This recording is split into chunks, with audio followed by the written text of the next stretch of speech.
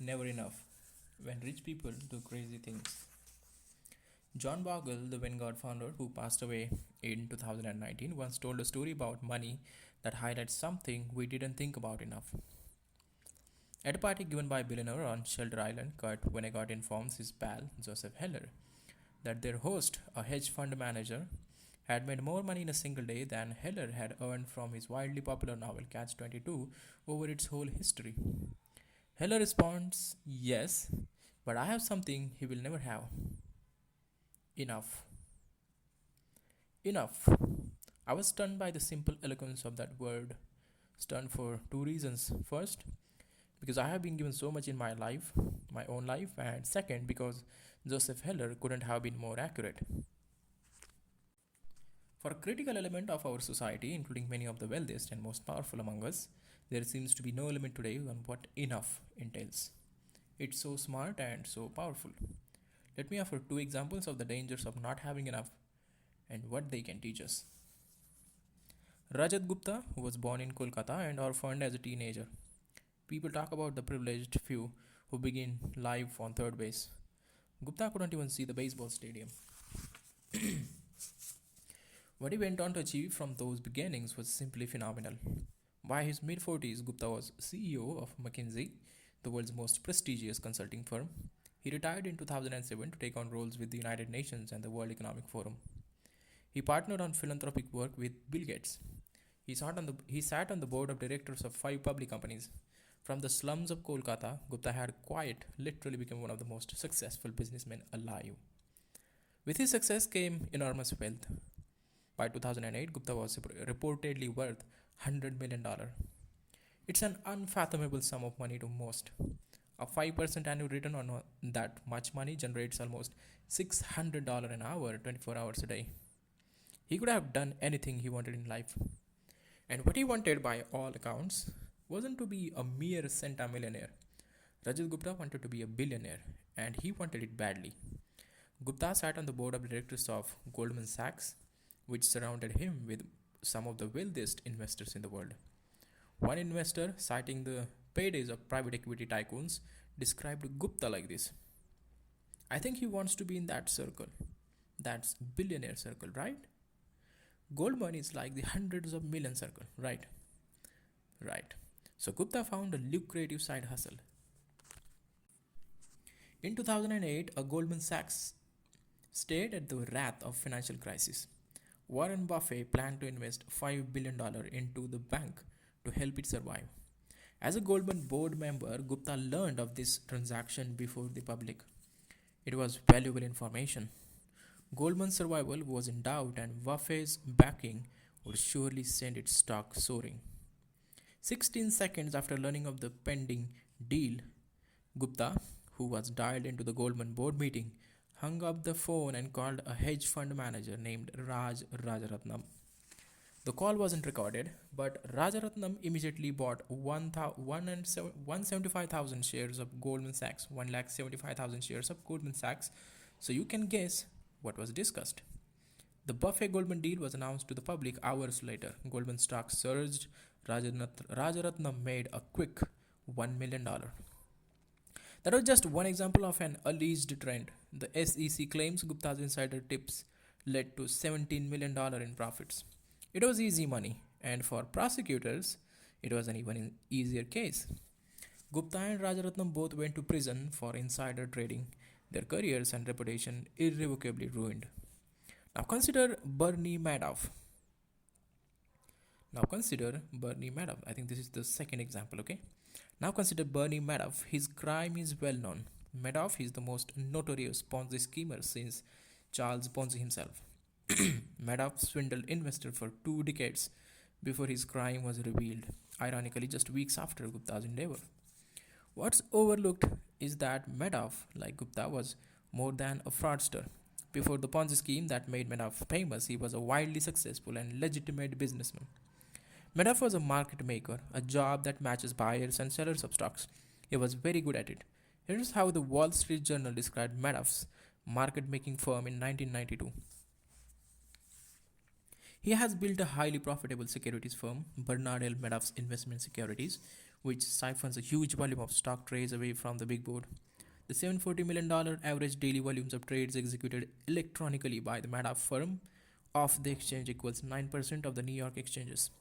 Mr. Madoff's firm can execute trades so quickly and cheaply that it actually pays other brokerage firms a penny a share to execute their customers' orders, profiting from the spread between bid and ask prices that most stocks trade for.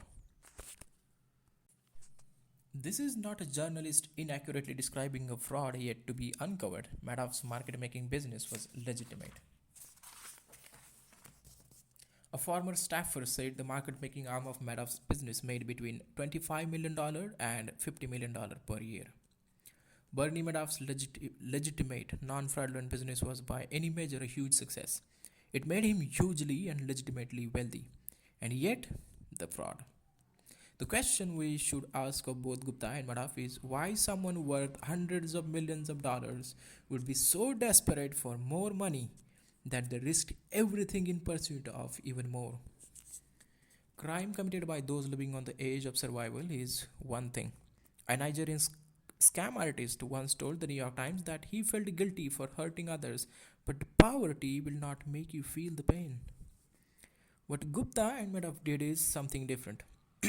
They already had everything: unimaginable wealth, prestige, power, freedom. And they threw it all away because they wanted more. They had no sense of enough. They are extreme examples, but there are non criminal versions of this behavior.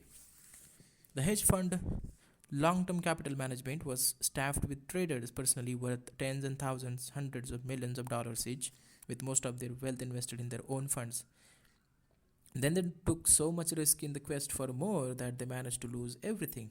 In 1998, in the middle of the greatest bull market and strongest economy in history, Warren Buffett later put it like this. Okay, these are the words from the Warren Buffett.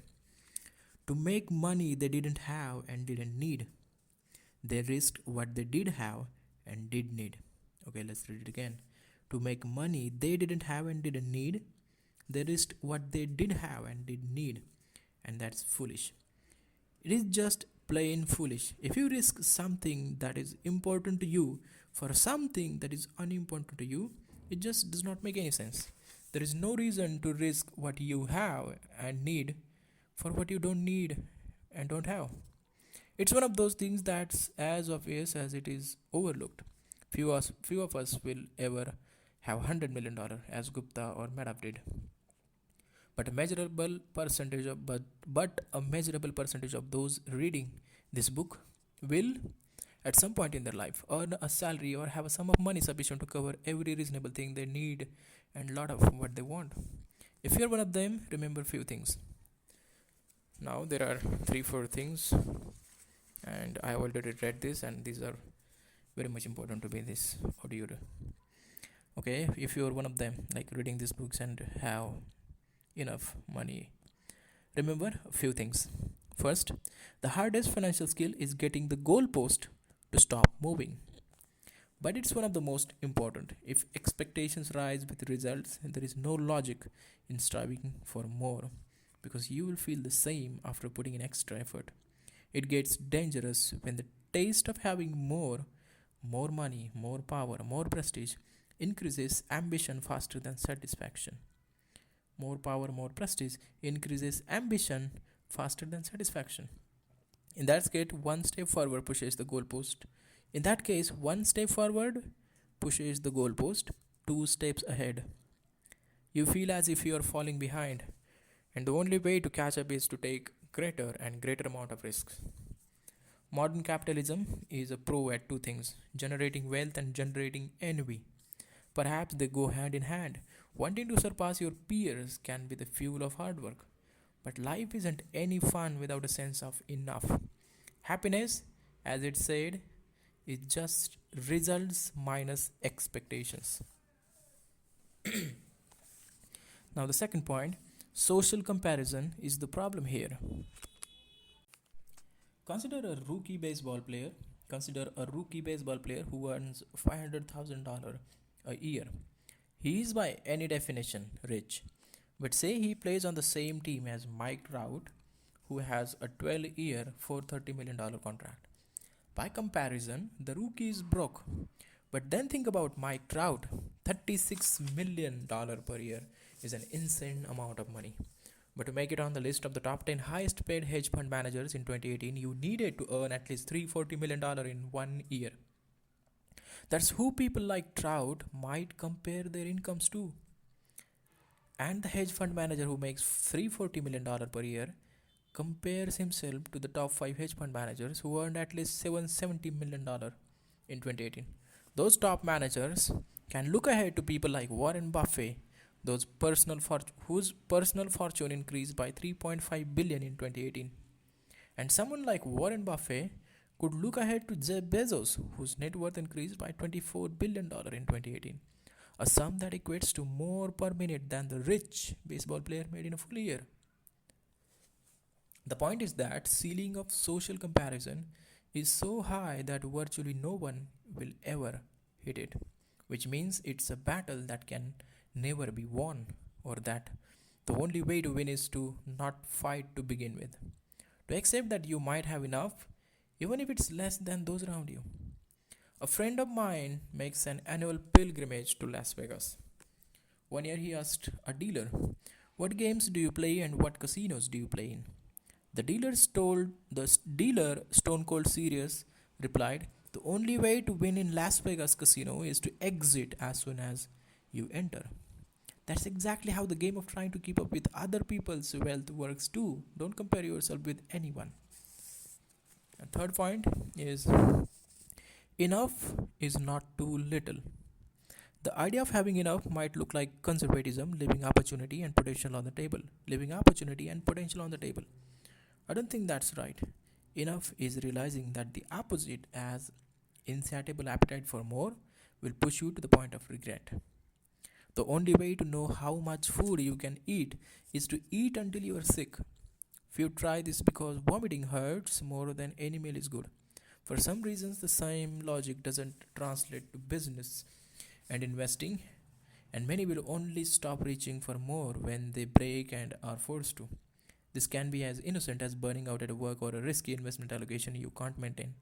On the other end, there's Rajat Guptas and Bernie Madoffs in the world who resort to stealing because every dollar is worth reaching for regardless of consequence. Whatever it is, the inability to deny a potential dollar will eventually catch up to you. The fourth point, there are many things never worth risking, no matter the potential gain. After he was released from prison, Rajat Gupta told the New York Times he had learned a lesson. And he quotes, "Don't get too attached to anything, your reputation, your accomplishment, or any of it. I don't think about it now. I think about it now. What does it matter? Okay, these things unjustly destroyed my reputation. That's only troubling if I am so attached to my reputation." And that's enough. This seems like the worst possible takeaway from his experience, and what I imagine is the comforting self justification of a man who desperately wants his reputation back but knows it's gone. Reputation is invaluable.